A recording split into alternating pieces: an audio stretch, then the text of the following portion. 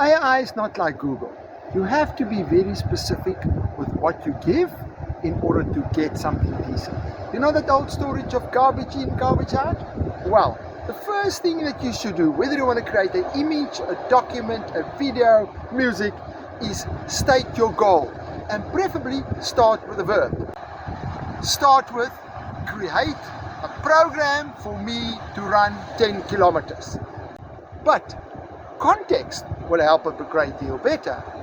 How about adding, I am a 40-year-old man living in whatever town that you're living, and I have never run 10 kilometers. My best 5-kilometer time is 30 minutes. Now, maybe you want to state your expectations clearly. I want to run the 10 kilometers in 3 months' time in under an hour. And the last point would be the structure.